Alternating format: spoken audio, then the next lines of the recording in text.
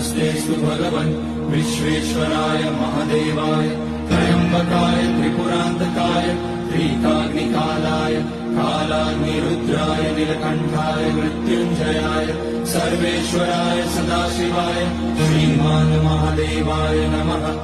ॐ नमः शम्भवाय च मयोभवाय च नमः शङ्कराय च मयस्कराय च नमः शिवाय च शिवतराय च।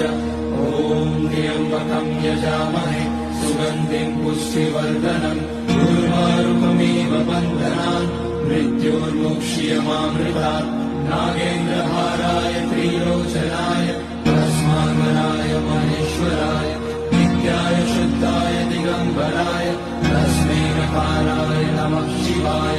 मन्दाकिनी सलिलचन्दन चर्चिताय नन्दीश्वर प्रमथनाथ महेश्वराय